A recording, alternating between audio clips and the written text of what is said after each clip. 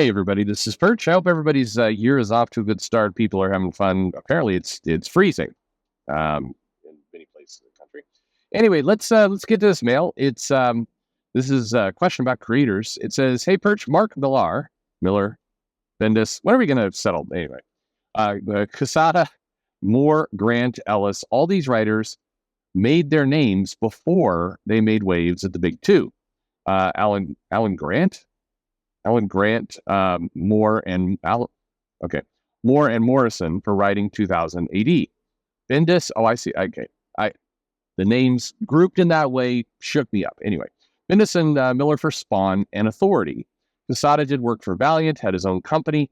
Why does it seem nowadays nobody from the indie market makes it to the big two? I think they make it to the big two in the indie market. The challenge, though, is the state of the industry. And we'll continue this mail in a second. Is such that as an indie writer, if you make it, if you do get some success and things are going well, then your motivation to go to the big two drops significantly because there's just there's less reason to do it. So I think that's the biggest reason right there. Anyway, we'll continue. It says Big Two seems to prioritize homegrown, unproven talent over guys who have successful Image, Mini, or successful Dark Horse ongoing. Is this just normal practice? The biggest comics of all time, Civil War, Ultimates, Watchmen, Ultimate Spider-Man, don't come from homegrown talent. They come from outside, from new blood. It seems to... Okay, so I'll pause here for a second. So while it's true, these guys made their names other places, they certainly got much bigger when they started working for the big two. Mark Miller definitely, had some comics under his belt, did some big things, but he achieved new heights when he went and started doing his work for DC and Marvel. Civil War being kind of a huge moment in his career, and then obviously went back to doing the indie work. And so I think this is pretty standard. Same thing you could say with Bendis. Moore is a slightly different story. Ellis for sure would be like that. I mean, a lot of writers, I think, had a name, went to the big two, and got a bigger name. But I don't know if they were massive names before coming to the big two. It depends on the person, and it varies a little bit. But I don't think it's as clean as that, for what it's worth, in my opinion. Back to the mail. It says, it seems to work for art.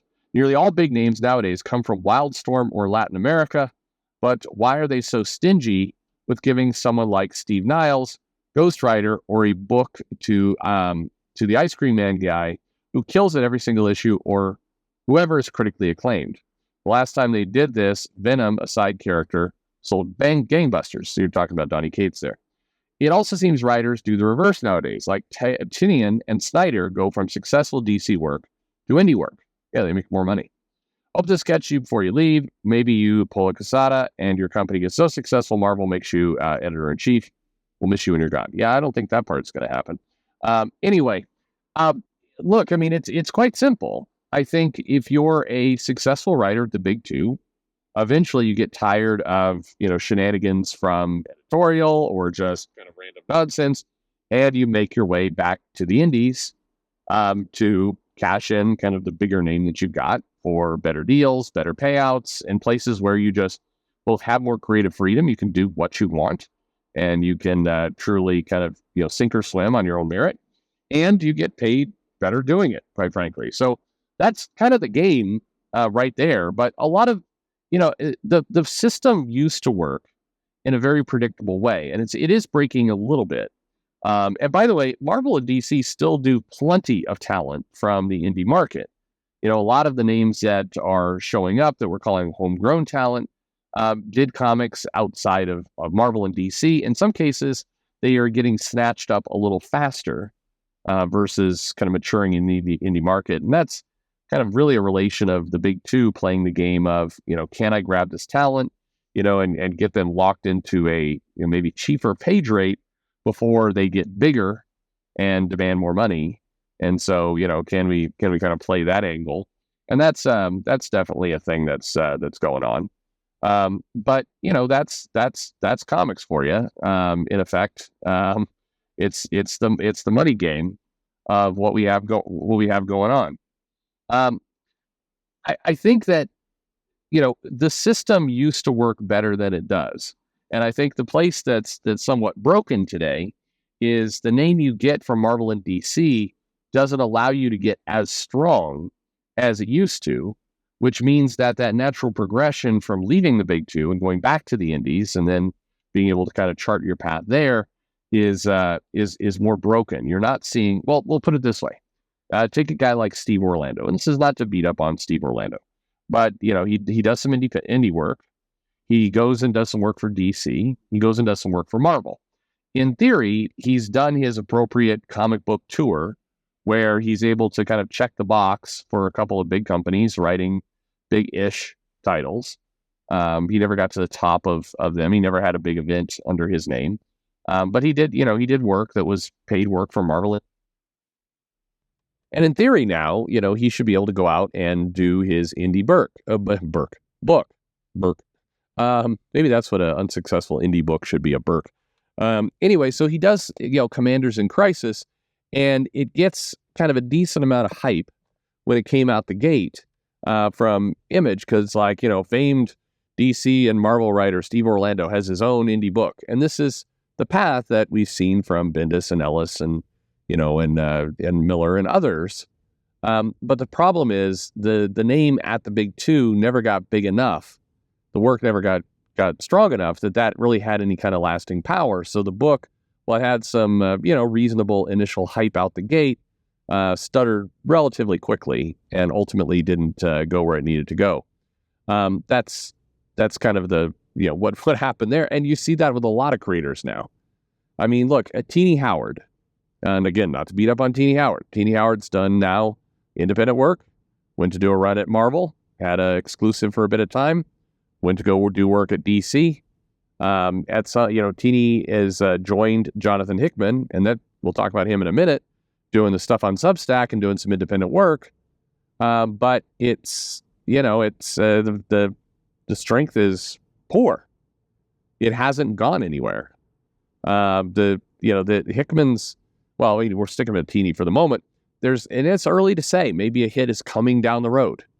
But if you look at just the writers over the last, say, 5 to 10 years out of Marvel, who were on, in theory, relatively big books, you do have Cena Grace, who did some work. You have Vita Ayala. You have Danny Lore. You have Stephanie Williams. You have kind of a collection of people. And the work has not translated to, much. And in theory, in a strong industry, they should have been able to do that tour of the big two and then ultimately come on, back to indies and write their own ticket. And that's just not, that's not really an option. Seemingly, that's not an option anymore. And so I think that's something that comics has to reckon with a little bit. We do have a bit of a broken system. And, you might ask yourself, why is that important for it to work that way? Why is that path good?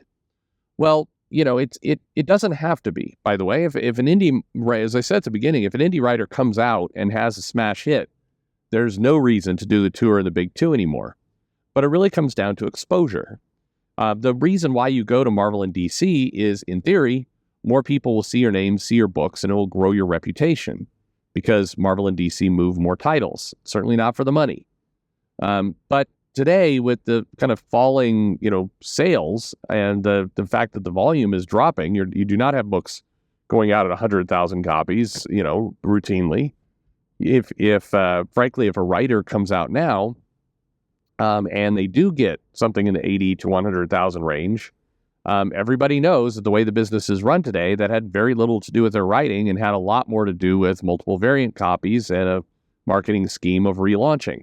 In this sense, it puts a lot of the power in the hands of the big two and a lot less in the hands of the creators. The writer is not, boosting this material anymore. It's kind of the structure of the reboot and the number one issue and the variants that are building that.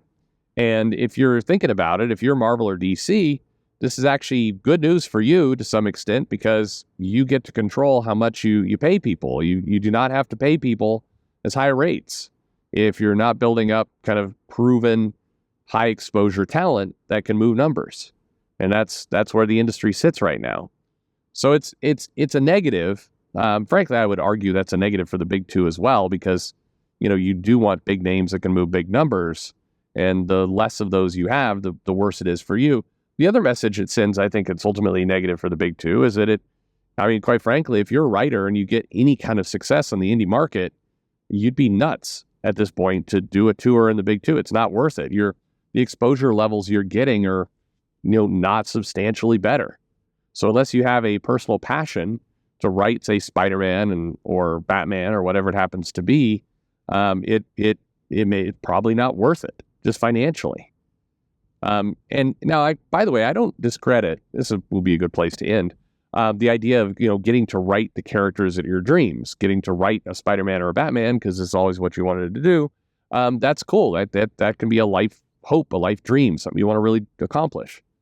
The funny part is Marvel and DC themselves have talked about how negative that is. We've seen countless interviews with lots of different editors, including Cebulski and others, saying you never put creators on the characters that they really want to write because you get worse work. Okay, so what is the incentive then for a writer to come and work for Marvel and DC if that writer is successful? And this is really kind of a powerful point I'm making here, is if you are confident in your own abilities and you're able to move titles and you're able to kind of push things along, and you're starting your comic career and you see success with your numbers, it's arguable if a stop in, the big two helps you or hurts you. Because, you go into that system, you have to deal with kind of random people not getting back to you, titles starting and stopping. And quite frankly, if there's a big success in the title, it's going to get chalked up to a reboot or a relaunch or a variant cover or an event. It's not going to get chalked up to your work. And over time, that's a pretty big negative. So, I think it leaves comics in a pretty goofy state where, as a creator, you are disincentivized to make the move. And, I would argue that if you have some success and you know what you're doing and you're able to turn some things into numbers, you're going to be far better off just building your own career on your own in the indie market and never taking the, if you will, vacation from your success to go do a tour in the big two, when the passion project you might want to do, you're unlikely to get anyway because the company doesn't want to release that control. I don't know how long this goes. I have to believe the big two are going to have to adjust their thinking or fully commit to the idea that they are, in effect, IP holders who are, keeping the plate spinning while the larger licensing, toy, and movie deals are done, which is depressing in a lot of ways. But anyway, what do you think? Let me know your thoughts in the comments below. I messed that one up. And thanks for listening.